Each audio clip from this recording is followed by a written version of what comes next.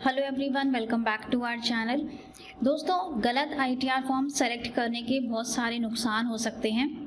गलत ITR form का selection करने से इनकम टैक्स से नोटिस आ सकता है, आपको अपनी आईटीआर रिवाइज करनी पड़ सकती है, आपकी रिटर्न डिफेक्टिव हो सकती है या फिर आपकी आईटीआर इनवैलिड भी हो सकती है। तो आज के वीडियो में हम डिस्कस करने वाले हैं कि कौन सा आईटीआर आपको फाइल करना चाहिए।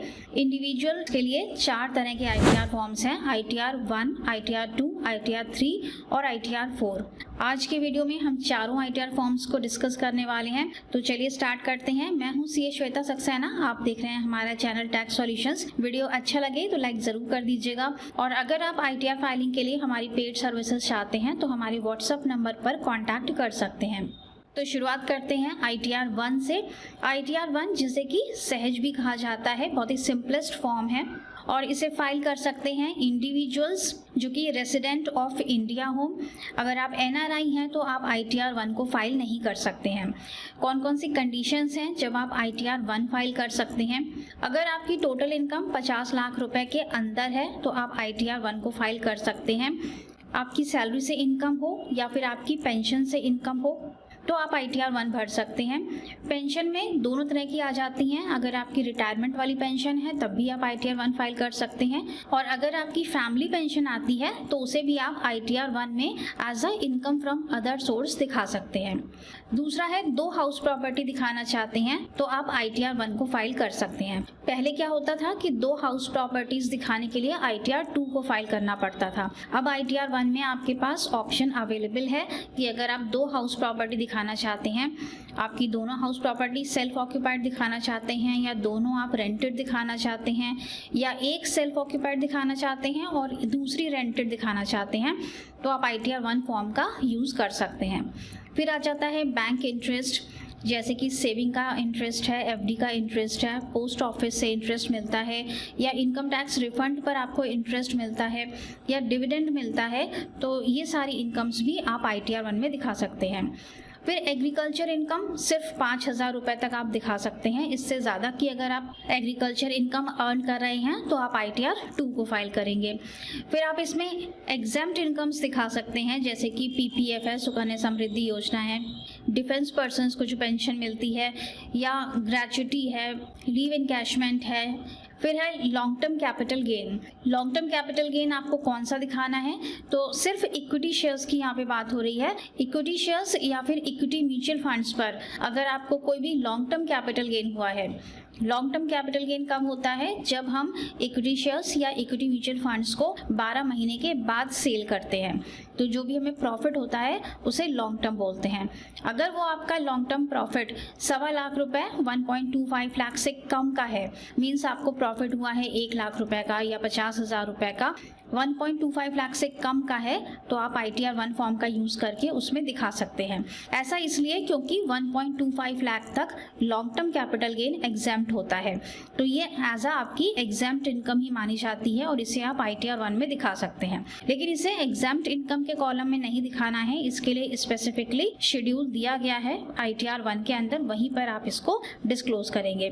इक्विटी के अलावा अगर किसी और तरह के आपके पास शेयर्स हैं या म्यूचुअल फंड्स हैं, जैसे कि debt mutual funds, debt shares या फिर कोई अदर असेट्स हैं जिन पर कि आपको लॉन्ग टर्म कैपिटल गेन हुआ है, जैसे कि प्रॉपर्टी है या पेंटिंग है, आर्किटेक्चर है, गोल्ड सिल्वर है, तो वो सब लॉन्ग टर्म कैपिटल गेन्स आप आईटीआर 1 के अंदर नहीं दिखा सकते हैं। आईटीआर 1 के बाद अब हम बात करते हैं आईटीआर 2 वालों के लिए। आईटीआर 2 फॉर्म को कौन कौन लोग यूज़ कर सकते हैं? तो अगर आपकी इनकम 50 लाख रुपए से ज़्यादा हो जाती है तो आपको आईटीआर 1 फॉर्म का यूज़ नहीं करना है, तब आप आईटीआर 2 को ही यूज़ करेंगे। आईटीआर 2 इंडिविजुअल्स और एचयूएफ दोनों के लिए है। इसी तरह से आईटीआर 1 भी इंडिविजुअल्स और एचयूएफ दोनों के लिए ही है। आईटीआर 2 को रेसिडेंट भी फाइल कर सकते हैं और एनआरआई भी फाइल कर सकते हैं। इसके अलावा अगर आपकी कैपिटल गेन से कोई भी इनकम है, चाहे वो शेयर से हो, चाहे म्यूचुअल फंड से हो और चाहे प्रॉपर्टी से हो, तो आप आईटीआर 2 को फाइल करेंगे।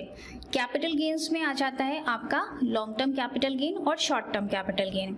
इसमें इंट्राडे या एफएनओ कवर नहीं होता है, जो कि आपकी बिजनेस इनकम्स मानी जाती हैं। तो कैपिटल गेन आप वही वाला यहाँ पे दिखाएंगे जो कि आपने इन्वेस्टमेंट पर्पज से किया हुआ है, लॉन्ग टर्म और शॉर्ट टर्म। इसके बाद अगर आपके पास 2 से ज़्यादा हाउस प्रॉपर्टी हैं और आप उन्हें डिस्क्लोज करना चाहते हैं तो आप ITR 2 फॉर्म का यूज़ करेंगे। अगर आप NRI हैं, नॉन रेजिडेंट इंडियन, तब आप ITR 2 फॉर्म का यूज़ कर सकते हैं अपनी इंडियन इनकम्स को दिखाने के लिए। फिर एग्रीकल्चर इनकम अगर आपकी 5,000 रुपये से ज़्यादा की है तो आप ITR 2 फॉर्म का यूज़ करेंगे। नेक्स्ट है, अगर आपके पास कोई फॉरेन असेट्स हैं या कोई फॉरेन इनकम है तो आप डिस्क्लोज करने के लिए ITR 2 फॉर्म का यूज़ करेंगे। इसके अलावा अगर आप किसी कंपनी में डायरेक्टर हैं, अगर आपके पास अनलिस्टेड शेयर्स हैं, अगर आपके पास क्रिप्टो की इनकम है या VDA की इनकम दिखानी है, ऑनलाइन गेमिंग दिखाना चाहते हैं, विनिंग्स दिखाना चाहते हैं लॉटरी की या फिर हॉर्स रेसेस की, कैश विड्रॉल का TDS रिफंड लेना चाहते हैं सेक्शन 194N के अंदर, या फिर आप इनकम की क्लबिंग दिखाना चाहते हैं, तब भी आप ITR 2 फॉर्म का यूज़ करेंगे। अगर आपने अपने स्पाउस या अपने चाइल्ड के नाम पर कोई भी FD करवाई हुई है या उनके नाम से आप शेयर ट्रेडिंग कर रहे हैं तो जो भी प्रॉफिट अर्न होगा वो उनका नहीं माना जाएगा, वो आपको अपनी इनकम में क्लब करना होगा और इसी को क्लबिंग बोलते हैं। और इसके लिए ITR के अंदर प्रॉपर शेड्यूल दिया होता है कि किस तरह से आपको क्लबिंग की इनकम दिखानी है। ITR 2 के बाद अब हम ITR 3 पर चलते हैं। सबसे पहले हम ITR 4 को डिस्कस करेंगे, ITR 3 इसके बाद डिस्कस करेंगे। तो ITR 4 बिजनेस इनकम दिखाने के लिए है। इसमें बिजनेस इनकम और प्रोफेशनल इनकम दोनों दिखा सकते हैं। अगर सैलरी के साथ साथ आपकी बिजनेस इनकम भी है तब आप ITR 4 या ITR 3 फॉर्म का यूज़ करेंगे। तो ITR 4 है स्मॉल बिजनेसमैन के लिए जो कि सेक्शन 44 AD में अपनी ITR को फाइल करना चाहते हैं, मतलब प्रिजम्पटिव बेसिस पर अपना प्रॉफिट दिखाना चाहते हैं, एक फिक्स परसेंटेज पर अपना प्रॉफिट दिखाकर अपनी ITR को फाइल करना चाहते हैं। इसको ट्रेडर्स यूज़ कर सकते हैं, ITR 4 शॉपकीपर्स फाइल कर सकते हैं, रिटेल बिजनेसमैन्स और स्मॉल मैन्युफैक्चरर्स इसका यूज़ कर सकते हैं। ITR 4 की मेन कंडीशन क्या है कि आपका जो टर्नओवर है वो 3 करोड़ रुपए से ज़्यादा नहीं होना चाहिए, बशर्ते आपकी 95% रिसीट्स डिजिटल मोड में आ रही हों। अगर आपका टर्नओवर 3 करोड़ से ज़्यादा का है तो आप ITR 3 फाइल करेंगे, फिर आप ITR 4 की कैटेगरी से बाहर हो जाते हैं। इसी तरह से अगर आप प्रोफेशनल हैं तो आपके लिए लिमिट है 75 लाख की।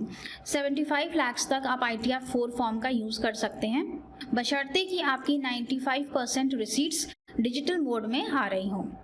बिजनेसमैन्स के बाद प्रोफेशनल्स इसका यूज़ कर सकते हैं। प्रोफेशनल्स में कौन कौन आ जाते हैं? CA है, डॉक्टर है, लॉयर है, आर्किटेक्ट हैं, इंजीनियर्स हैं, कंसल्टेंट्स हैं, फ्रीलांसर्स हैं, ये सब ITR 4 फॉर्म का यूज़ कर सकते हैं और जो इनकी ग्रॉस रिसीट्स हैं वो 75 लाख रुपए से ज़्यादा की नहीं होनी चाहिए। अगर आपका बिजनेस है, सेक्शन 44 AD में जाना चाहते हैं तो आपको 6% या 8% का प्रॉफिट दिखाना कंपल्सरी है, उससे कम दिखाएंगे तो ITR 3 फाइल करनी पड़ेगी। और इसी तरह से अगर आप प्रोफेशनल हैं तो आपको 50% का प्रॉफिट दिखाना कंपल्सरी है, इससे कम दिखाएंगे तो आपको ITR 3 फाइल करनी होगी। अब आ जाते हैं हम ITR 3 के ऊपर। ITR 3 इंडिविजुअल्स और HUF दोनों फाइल कर सकते हैं और इसमें हम बिजनेस और प्रोफेशनल इनकम को ही दिखाते हैं। ITR 3 में आप बिजनेस या प्रोफेशन के साथ साथ अपनी सैलरी भी दिखा सकते हैं, हाउस प्रॉपर्टी से इनकम भी दिखा सकते हैं, कैपिटल गेन भी दिखा सकते हैं और कोई भी अदर इनकम हो तो वो भी दिखा सकते हैं। मतलब ये कि ITR 3 में आप किसी भी तरह की इनकम को दिखा सकते हैं। अगर आपको नहीं समझ में आ रहा है कि आपको कौन सा ITR फॉर्म फाइल करना है तो आप ITR 3 को फाइल कर सकते हैं और इसमें आप किसी भी तरह की इनकम को दिखा सकते हैं। सारे हेड आपको इसके अंदर मिल जाएंगे। फिर है कि ITR 3 कौन कौन लोग फाइल कर सकते हैं, तो इसको फाइल कर सकते हैं बिजनेस इनकम दिखाने के लिए, प्रोफेशनल इनकम दिखाने के लिए, freelancers and consultants, YouTubers and content creators, intraday या FNO ट्रेडर हैं आप, सेम डे आप प्रॉफिट बुक करते हैं या फिर आप फ्यूचर एंड ऑप्शंस में ट्रेडिंग करते हैं तो आप ITR 3 फॉर्म का यूज़ करेंगे। अगर आप किसी पार्टनरशिप फॉर्म में पार्टनर हैं तब भी आप ITR 3 फॉर्म का यूज़ करेंगे। बिजनेस इनकम के साथ साथ अगर आपकी सैलरी इनकम भी है, हाउस प्रॉपर्टी से इनकम भी है, कैपिटल गेन्स भी हैं, इंटरेस्ट इनकम भी है या फिर फॉरेन में असेट्स या फॉरेन इनकम भी है, तब भी आप ITR 3 फॉर्म का यूज़ करके ये सारी इनकम्स डिस्क्लोज कर सकते हैं। सो दोस्तों, आई होप ये वीडियो आपके लिए काफ़ी यूज़फुल रहा होगा और आपने अब तक सीख लिया होगा कि ITR 1, 2 और 3 और 4 ये कौन कौन लोग फाइल कर सकते हैं। अगर फिर भी आपको कोई डाउट है तो आप हमसे नीचे कमेंट बॉक्स में ज़रूर पूछिएगा कि कौन सा ITR फॉर्म आपके लिए एप्लीकेबल है। आज के वीडियो में इतना ही, मिलेंगे नेक्स्ट वीडियो में। Till then stay safe and healthy, bye bye.